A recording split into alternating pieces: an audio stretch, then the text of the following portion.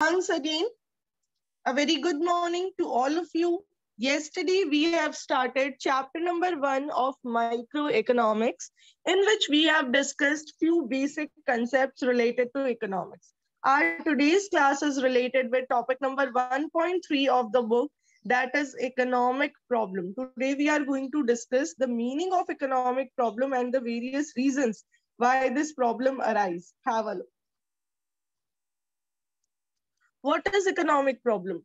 Economic problem is a problem that emerges because of three reasons. What are the reasons? Scarcity of resources, number two, alternative uses of resources, and number three, unlimited human wants. Due to these 3 points, there arise a problem, that is problem of choice. क्योंकि हमारे पास जो resource है वो limited quantity में available है और उनके users बहुत सारे हैं, ऐसे में हमें ये सोचना पड़ेगा कि हम इन रिसोर्स को कैसे यूटिलाइज करें. मेक श्योर ये प्रॉब्लम ऑफ चॉइस तभी आएगी जब रिसोर्स के अल्टरनेटिव यूजेस है. बहुत सारे रिसोर्सेज ऐसे होते हैं जिनके अल्टरनेटिव यूजेस अवेलेबल नहीं है, तो अल्टरनेटिव यूजेस नहीं है तो उनके लिए आपको कोई प्रॉब्लम भी नहीं आती, चॉइस भी नहीं करना पड़ता. फॉर एग्जाम्पल, सुबह अगर आपको स्कूल आना है तो आपको सोचना नहीं पड़ता कि मैं कौन सी यूनिफॉर्म पहनूं. पता है कि स्कूल यूनिफॉर्म कौन सी है, वही वेयर आउट करनी है. क्या पहन के जाऊं ये क्वेश्चन मार्क नहीं आता. लेकिन शाम को अगर आपको बर्थडे पार्टी में जाना है तो ऐसे में आपके सामने क्वेश्चन मार्क आ जाएगा क्या पहन के जाओ. बाय चांस आपका बर्थडे है और आपको स्कूल आना है तो आपके दिमाग में क्वेश्चन आएगा क्या पहन के जाऊं, है ना. फर्स्ट केस में नहीं आएगा क्योंकि आपको पता है यूनिफॉर्म पहन के जानी है, मेरे पास कोई ऑप्शन ही नहीं है. तो जब ऑप्शन नहीं होता तो हमारे माइंड में क्वेश्चन नहीं आता. क्वेश्चन कब आता है, प्रॉब्लम कब आती है, जब हमारे पास मल्टीपल ऑप्शंस अवेलेबल होते हैं. तो केवल ऐसे रिसोर्स जिनके केस में आपके पास ऑप्शंस अवेलेबल है, अल्टरनेटिव यूजेस अवेलेबल है, वहां आपको प्रॉब्लम ऑफ चॉइस फेस करनी है, अदरवाइज नहीं. एक और एग्जांपल देती हूँ. सपोज पापा ने आपको 2000 रुपीज दिए और बोला go and purchase the books for session 2021. अब आपको पता है कि इन 2000 रुपीज से you are suppose to purchase the book, तो आपके माइंड में प्रॉब्लम ऑफ चॉइस नहीं आएगी. You know that the names of books are already provided to you from your school side, and amount is given to you from your father's side. Now what you are supposed to do, you are supposed to go to the bookstore and purchase the books. You need not to make a choice whether you have to use the resource in which segment, right? But in case your father has given you rupees 2000 as a pocket money, now you are having various options to use this pocket money, so you have to make a choice. तो ये ध्यान रखना, जहाँ पे आपके पास options है वही problem है, वरना प्रॉब्लम नहीं है. अब देखिए क्या लिखा हुआ है. Who will read? Who will read the part? Raise your hands. Okay, Praveen will read. Then after Falguni will read. Yes, Praveen. Economic problem पढ़ना है ना मैम? हाँ जी बेटा. As we know, human wants are unlimited, but the means to satisfy them are limited. Therefore, all our wants cannot be fulfilled. In order to maximize satisfaction, every consumer exercises choice as to which goods should be consumed and in what quantity. An economic problem is basically a problem of choice. Economic problem is a problem of choice involving satisfaction of unlimited wants out of limited resources having alternative uses. Yes, very good. Have a look. क्या कह रहे हैं ये कह रहे हैं as we all know कि human wants कैसी है, human wants unlimited है, बहुत सारी जरूरतें हैं, बहुत सारी wants है, right? और ये अनलिमिटेड होने की वजह से हम अपनी सारी वॉन्ट्स को फुलफिल कर लें, ये पॉसिबल नहीं. हमारी सारी वॉन्ट्स का फुलफिलमेंट पॉसिबल नहीं हो पाता है. अब आगे क्या कह रहे हैं, इसीलिए in order to maximise satisfaction every consumer exercises choice. Satisfaction को मैक्सिमाइज करने के लिए हम सब चॉइस करते हैं. हम उस वांट को लेते हैं जो प्रायोरिटी पे है, राइट? हम उस वांट को फुलफिल करने की कोशिश करते हैं जो अभी सबसे बेसिक है. जैसे अभी सुबह सुबह का टाइम, हमें नींद भी आ रही है अच्छी सी और हमारी क्लास भी लग रही है, तो एक ही टाइम है हम यूज, तो हम अपने टाइम को एक ही डायरेक्शन में डाल सकते हैं, या तो हम सो सकते हैं या फिर हम क्लास ले सकते हैं. अब आप लोगों ने चॉइस की और आपने रात को डिसाइड किया नहीं मॉर्निंग की क्लास जरूरी है, तो आप सुबह सुबह अलार्म सेट करके उठे और आपने क्लास अटेंड की, राइट। जिसको जो चीज प्रायोरिटी पे रखते हैं वो उसको चूज कर लेता है। तो देखिए, every consumer exercises choice as to which good should be consumed. आपको क्या करना है, सुबह आपको सोना है या क्लास लेनी है, आपने चॉइस कर लिया। एंड इन व्हाट क्वांटिटी, हमने ये भी देख लिया कब तक सोना है या क्लासेस कितनी लेनी है। यहाँ पे गुड्स की बात हो गई है तो हम गुड्स देख लेंगे, कौन सा गुड कितनी क्वांटिटी में खरीदना है। आगे देखिए, an economic problem is basically a problem of choice. मैं जब आपको फिलअप्स दूंगी तो मैं ये दे सकती हूँ फिलअप के अंदर what is an economic problem, या फिर an economic problem is basically a dash, तो आपको लिखना होगा basically a problem of choice। आगे देखिए, इकोनॉमिक प्रॉब्लम का मीनिंग। इकोनॉमिक प्रॉब्लम क्या है? It is a problem of choice. क्यों इन्वॉल्व हो रही है? Involving satisfaction of unlimited wants, इसलिए आ रही है क्योंकि हमारी वांट्स अनलिमिटेड है और उसको सेटिस्फाई किससे करना है? लिमिटेड रिसोर्सेज से। उन लिमिटेड रिसोर्सेज के यूजेस कैसे हैं? अल्टरनेटिव। तो आपने देखा होगा इकोनॉमिक्स की डेफिनेशन वाली जो बात थी ना, वही घूम फिर के यहाँ पे आ गई है। क्योंकि इकोनॉमिक्स क्या है? एक ऐसा सब्जेक्ट जो इकोनॉमिक प्रॉब्लम को सॉल्व करता है। तो इकोनॉमिक प्रॉब्लम क्या हुई? A problem where we try to satisfy our unlimited human wants by using our limited resources having alternative uses. Now have a look. There are three basic reasons for economic problem. Reason number one, scarcity of resources. As resources are scarce, we need to make choice regarding the use of these resources, right? We need to decide how we are supposed to use these resources. तो number one problem reason आपको बता रहे हैं scarcity. और कल हमने बात की थी कि हर इंडिविजुअल पे एप्लीकेबल है। ऐसा नहीं है कि सिर्फ पुअर कंट्रीज को स्कैरसिटी फेस करनी पड़ती है, ऐसा नहीं है कि सिर्फ हमें फेस करनी पड़ती है। Even Ambanis are facing, even us, we are facing, everyone, each and every country, each and every individual is facing scarcity of resource. Number two, unlimited human wants. Human wants are unlimited, never ending. एक want पूरी होती है, नई emerge हो जाती है। Yesterday I have given you an example. छोटे थे तो साइकिल चाहिए थी, साइकिल मिल गई तो बाइक चाहिए थी, बाइक मिल गई तो बुलेट चाहिए, बुलेट मिल गई तो फोर व्हीलर चाहिए होगा, नॉर्मल फोर व्हीलर मिल गया तो बढ़िया वाला चाहिए होगा। जिनको BMW मिल जाती है उनको प्राइवेट जेट चाहिए होता है, राइट। तो नीड्स तो एमर्ज होती जाती है, बढ़ती जाती है। अनलिमिटेड ह्यूमन वांट्स है, कभी भी फुलफिल नहीं होती मैक्सिमम लेवल तक।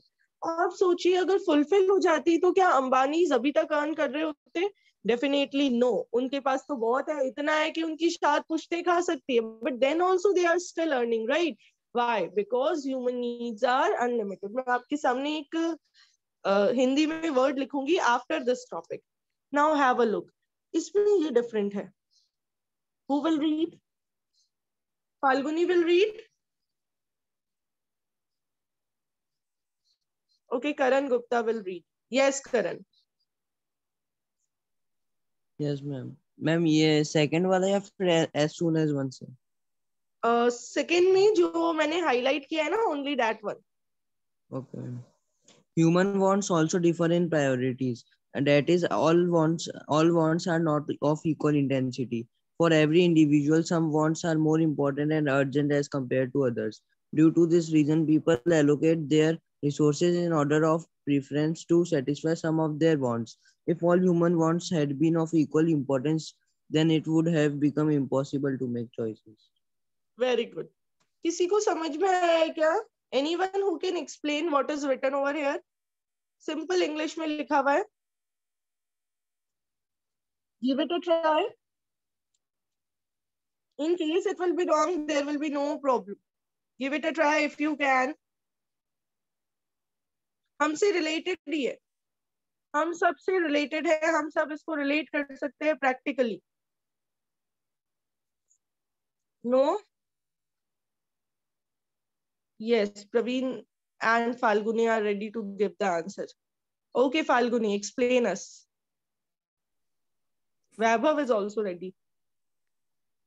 मैम इसमें बोल रहा है कि ह्यूमन वांट्स जो होती है सबकी अलग अलग होती है, ठीक है, किसी की भी सेम नहीं हो सकती प्रायोरिटीज जो भी है। तो बिल्कुल जो भी all are are having different priorities, right? Yes ma'am. तो मैम जो जैसे मेरे लिए जो चीज इम्पोर्टेंट है जरूरी नहीं है वो किसी और के लिए भी इम्पोर्टेंट हो। वेरी मेरी गुड, जो करेक्ट वर्ड। प्रायोरिटी है वो किसी और के लिए इम्पोर्टेंट नहीं हो, ये जरूरी नहीं है। और बिल्कुल, वेरी अगर good Falguni. Okay Falguni, wait, yes now continue. और मैम अगर सबकी सेम होगी चॉइसेस, अगर सबकी प्रायोरिटी सेम होगी तो चॉइसेस बनाने की जरूरत ही नहीं है, फिर इट इज इम्पॉसिबल बिल्कुल टू मेक चॉइसेस।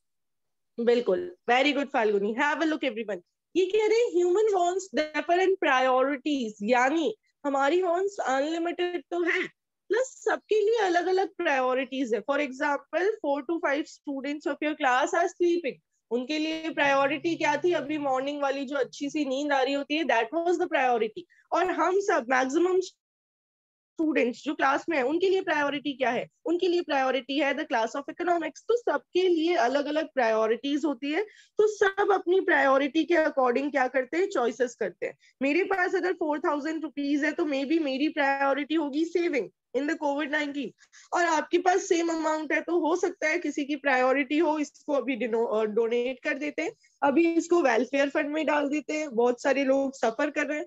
तो सबकी अलग अलग अपनी अपनी प्रायोरिटीज है, राइट? आगे देखिए, अल्टरनेटिव यूजेस, ये हमने कल पढ़ लिया था तो मैं रीडिंग नहीं ले रही हूँ इसकी।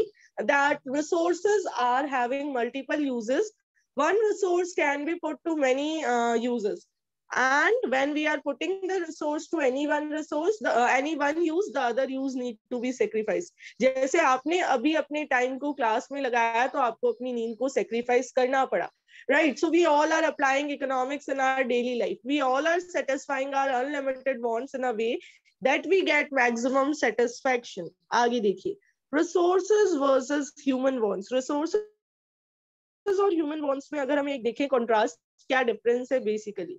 सो have a look, features of resource.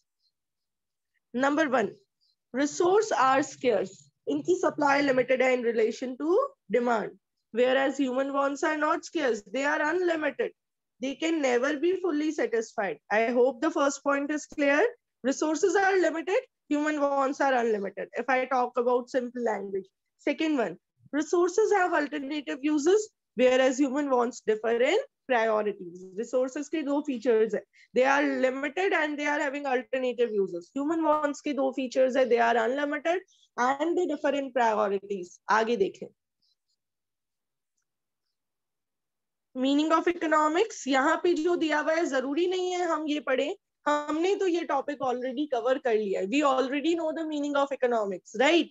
Then also I am just explaining this part for you, have a look. बात सारी वही है, बस व्हाट दे हैव डन, थोड़ा सा लैंग्वेज को चेंज कर दिया है। Have a look, economics is a social science which studies the way, economics क्या एक सोशल साइंस है, हमने पढ़ा है इकोनॉमिक्स एक सब्जेक्ट है, you can write anything, which studies the way society chooses to use its limited resources, हमने भी यही पढ़ा, which deals with rational management of limited resources, which have alternative uses, जिनके alternative uses है, हमने पढ़ा in order to get maximum satisfaction of unlimited human wants, इन्होंने लिखा है to produce goods and services and distribute them among the groups of people, कि goods और services बनानी है हमें रिसोर्सेज यूज करके पूरी इकोनॉमी में, we have to produce goods and services and then we have to distribute these goods and services among different people. यहाँ पे ये बात कर दी इकोनॉमिक सेंस में, तो I hope it is clear to everyone. अब देखिए बॉक्स में दिया हुआ है why it is considered as a social science.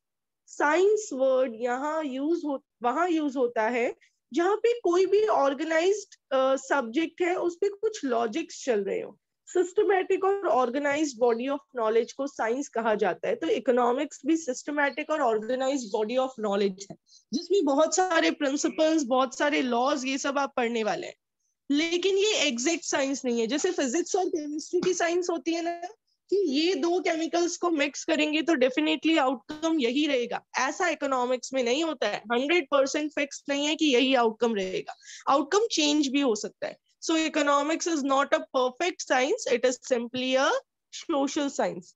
Now have a look what economics is all about. It is all about making choices in presence of scarcity. This can be a 1-mark question. What economics is all about? You have to write. Economics is all about making choices in presence of scarcity. Scarcity की presence में choices करना ही economics है. What does it studies? It studies human behavior as a relationship between means and ends. अब ये ध्यान रखिए. Means का मतलब होता है resources और ends का मतलब होता है हमारी wants. आगे जहां भी, वैसे आपको means का meaning पता है, meaning जैसे इकोनॉमिक्स मीन्स अ सब्जेक्ट, यहाँ मीन्स का मतलब है रिसोर्सेज कॉमर्स की लैंग्वेज में. Keep it clear in your mind. Okay, now have a look. Economics aims to ensure that resources are used in best possible manner. Economics क्या ensure करती है कि आपने रिसोर्सेज को बेस्ट पॉसिबल मैनर में use कर लिया है. चलिए भाई, अब एक बहुत बढ़िया सा टॉपिक स्टार्ट हो रहा है. अच्छा सा एग्जांपल लेके हम इसको डिस्कस करेंगे. इमेजिन करना है आप सबको कुछ, तो अपनी इमेजिनेशन स्टार्ट कर दीजिएगा. टॉपिक है हमारा positive and normative economics. Okay, positive and normative economics. Before starting the topic let's imagine something. चलो भाई, थोड़ा सा ब्लैंक स्पेस ढूंढते हैं, इसको जूम आउट करके, और फिर उस ब्लैंक स्पेस पे मैं आपको इमेजिन करवाती हूँ सिचुएशन. रेडी है सब इमेजिनेशन के लिए? Okay, let's just start. Suppose आज क्या डेट है? 5th of May, right? 5th May है. ये आपका घर है. यहाँ पे ये एंट्रेंस, ही मेन डोर है, एंट्रेंस डोर है. ठीक है, ये आपके घर का एंट्रेंस डोर है. और देखिए, ये एक रूम है. अच्छा, गलत डायरेक्शन में बना दिया, चेंज करते हैं. ये रूम है, यहाँ पे भी रूम है और यहाँ पे भी रूम है. बाकी हॉल वगैरह कहाँ है वो सब बीच में होंगे, हमने बनाए नहीं है क्योंकि हमें अपने एग्जाम्पल में केवल रूम की बात करनी है. ठीक है, अब देखिए, इस रूम में यहाँ सोफा लगा हुआ है और नेटवर्क सबसे बढ़िया यहीं पे आता है. अंदर जाते हैं तो नेटवर्क थोड़ा सा कम हो जाता है. ठीक है, तो यहाँ पे ये गेट खुला है रूम का और आप रूम में सोफे पे बैठ के पढ़ाई कर रहे हो. यहाँ तक सबने इमेजिन कर लिया.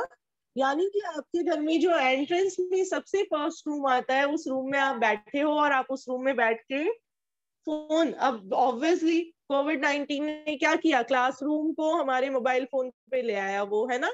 तो हम क्या कर रहे हैं, अभी लॉकडाउन है, हमारे पास बुक्स नहीं है, तो हम तो फोन पे जूम पे पढ़ाई कर रहे थे या जूम पे पढ़ाई कर ली थी. जो पीडीएफ मैंने आपको फॉरवर्ड किया, आप वो पीडीएफ देख रहे थे और डेफिनेशंस लर्न कर रहे थे, इकोनॉमिक्स की डेफिनेशंस लर्न कर रहे थे. यहाँ तक इमेजिन कर लिया क्या?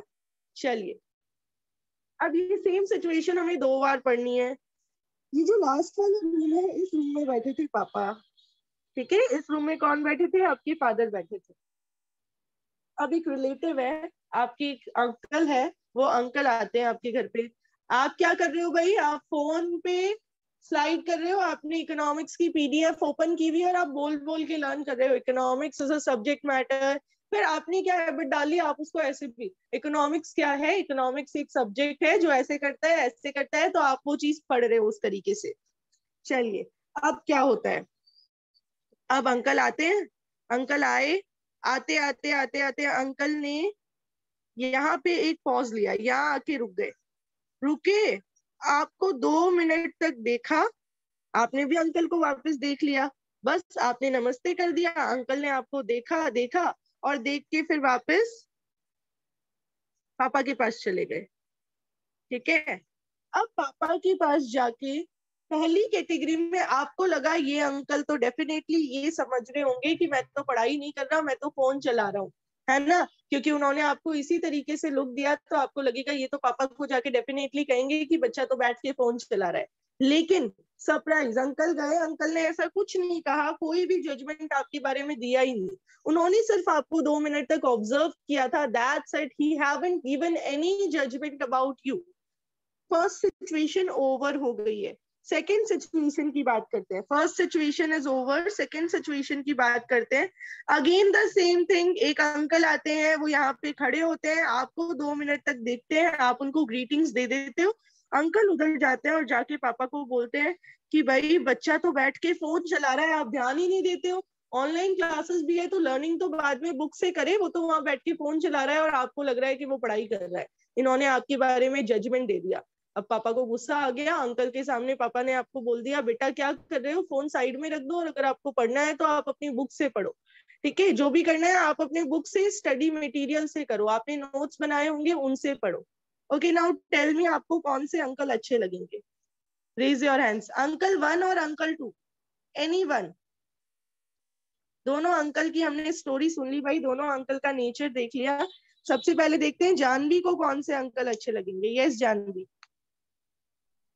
अंकल 1। अंकल 1, क्यों? वाई सो?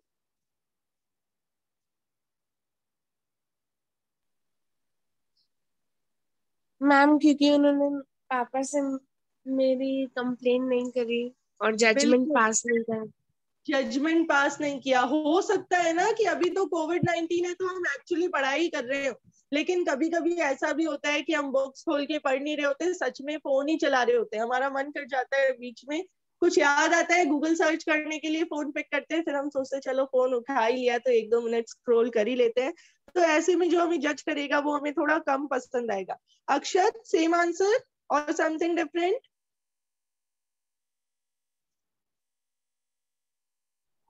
Yes, Akshat.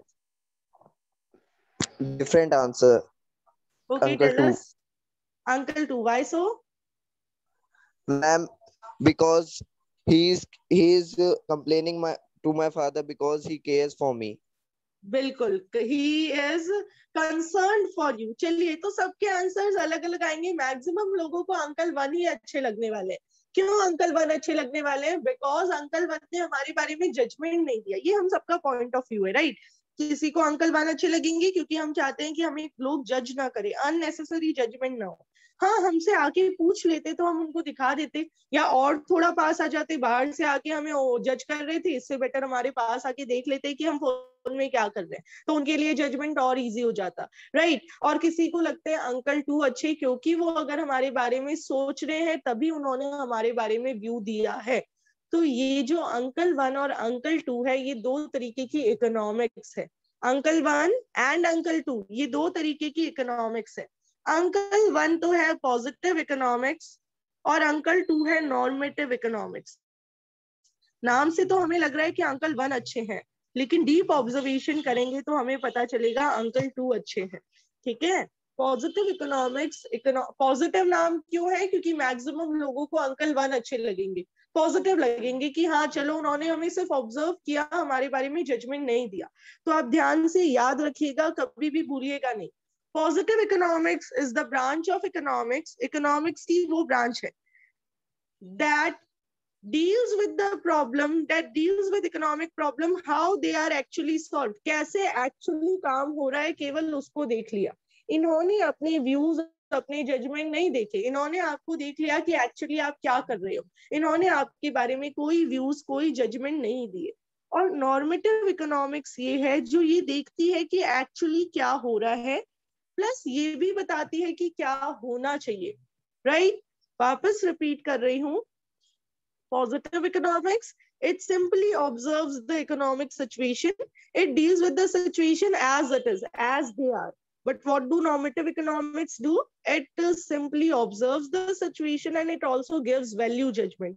इसने देखा अभी क्या हो रहा है, it will also tell us what ought to be, यानी क्या होना चाहिए था। इन्होंने देखा कि आप बैठ के फोन से क्लासेस ले रहे हो या फोन से पीडीएफ देख के पढ़ रहे हो, इन्होंने साथ में अपना जजमेंट भी दे दिया कि बेटा ऐसा नहीं होना चाहिए, होना क्या चाहिए, आपके पास बुक होनी चाहिए और बुक से आपकी पढ़ाई चल रही होनी चाहिए। तो ये नॉर्मेटिव ब्रांच है, और जिसने सिर्फ हमें देख के छोड़ दिया वो पॉजिटिव ब्रांच है। आजकल अभी करंट सिचुएशन में वी लाइक द पर्संस जिन्होंने हमें सिर्फ ऑब्जर्व कर लिया, हमें कोई गाइडेंस और कोई जजमेंट हमारे बारे में नहीं दिया। सो हैव अ लुक, हम इसको डिटेल में, अगर हम इकोनॉमिक सेंस की बात करें तो पॉजिटिव कोई खास यूजफुल नहीं है, वो हमें सिर्फ एक बार के लिए अच्छा लगता है। यूजफुल नॉर्मेटिव है, हेल्पफुल अंकल 2 है क्योंकि अंकल 2 हमें हेल्प करेंगे, हमें गाइडेंस देंगे, right? Now have a look, positive economics क्या है इसको रीड करते हैं। Who will read?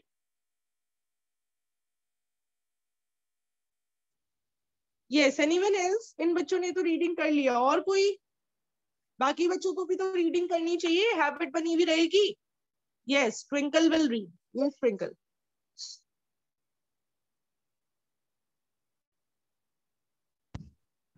Positive economic studies the fact of life, that is, it deals with things as they are positive. Positive economics deal with what are the economic problem and how are they actually solved.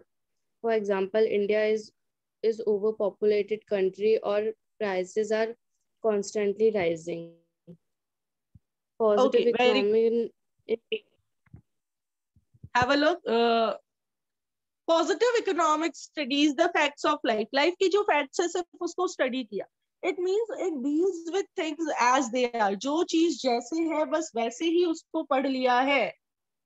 Right.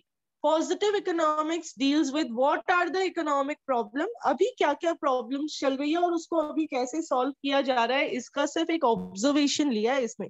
जैसे India एक over populated country है और government population को कम करने के लिए क्या कर रही है, यानी जो हो रहा है केवल उसकी स्टेटमेंट बताती है positive economics. Prices constantly rise हो रही है. कोविड-19 के केसेस कंटिन्यूअसली स्प्रेड हो रहे हैं. सिर्फ ये जो क्या हो रहा है ये बताने वाली इकोनॉमिक्स पॉजिटिव इकोनॉमिक्स है. अब देखिए क्या लिखा हुआ है. Positive statement describe what was, क्या था, क्या है और फ्यूचर में क्या होने वाला है under the given state of circumstances. These statements do not pass any value judgment. ये कीवर्ड है. ये स्टेटमेंट कोई भी वैल्यू जजमेंट नहीं देती है. ये तो देख लेती है कल क्या हो रहा था, आज क्या हो रहा है और कल क्या होगा. जैसे उन अंकल ने देख लिया कल भी मैं आया था तो ये बच्चा फोन चला रहा था, आज भी फोन चला रहा है और हो सकता है कल भी जब मैं आऊंगा तो फोन ही चलाता हुआ दिखेगा. उन्हें ये नहीं पता कि हम फोन चला के पढ़ाई कर रहे हैं कि क्या कर रहे हैं, है ना. तो इन्होंने कोई जजमेंट नहीं दिया, इन्होंने केवल ऑब्जर्व कर लिया. मोदी जी ने ये किया, इसको ऑब्जर्व कर लेते हैं तो पॉजिटिव इकोनॉमिक्स. मोदी जी को ऐसा ऐसा करना चाहिए था, ये जजमेंट दे देते हैं तो नॉर्मेटिव इकोनॉमिक्स. देखिए आगे क्या लिखा हुआ है. ये positive economics is neutral between the ends. Akshat का आंसर रिलेटेड है इससे कि पहले वाले जो अंकल थे, अंकल 1, उनको एंड से कोई लेना देना नहीं है. उनको नहीं मतलब कि एंड में जाके आपकी आंखें खराब हो जाएगी या आपकी फोन चलाने की हैबिट्स बढ़ जाएगी. They don't care about you, they are not concerned about you, they will only observe you. Right. तो देखिए क्या कह रहे हैं. Positive economics remains strictly neutral with respect to the ultimate end. Ending point क्या होगा उसको लेके neutral है. Neutral यानी उसको कोई लेना देना नहीं है. It avoids economic judgment. ये judgment तो देती ही नहीं है. Right. अब देखिए, a positive economic theory might describe that manufacturing and sale of cigarette is injurious to health, but it does not provide any instruction or judgment on what policy ought to be followed to avoid cigarettes in the economy. समझ में आया क्या? Positive theory ने बता दिया कि manufacturing of cigarettes is injurious to health, but इसने ये नहीं बताया कि इसको रोकने के लिए क्या करना चाहिए. कोई ऑब्जर्वेशन नहीं दिया, कोई वैल्यू जजमेंट नहीं दिया. तो देखिए, according to Robbins, economics is not concerned with moral or ethical questions, and economists should analyze the things as they are and has no right to give judgment. Positive economics Robins की वजह से है. Robins ने क्या कहा था? Robins ने कहा कि इकोनॉमिस्ट का काम होता है चॉइसेस करना. उसका कोई राइट नहीं है कि वो एथिकल या मोरल वैल्यूज पे फोकस करके अपने जजमेंट्स दे. उसको तो केवल चीजों को ऑब्जर्व करना है. चलिए जल्दी से नेक्स्ट टॉपिक कर लेते हैं. अब ये वाला आप लोग समझाइए.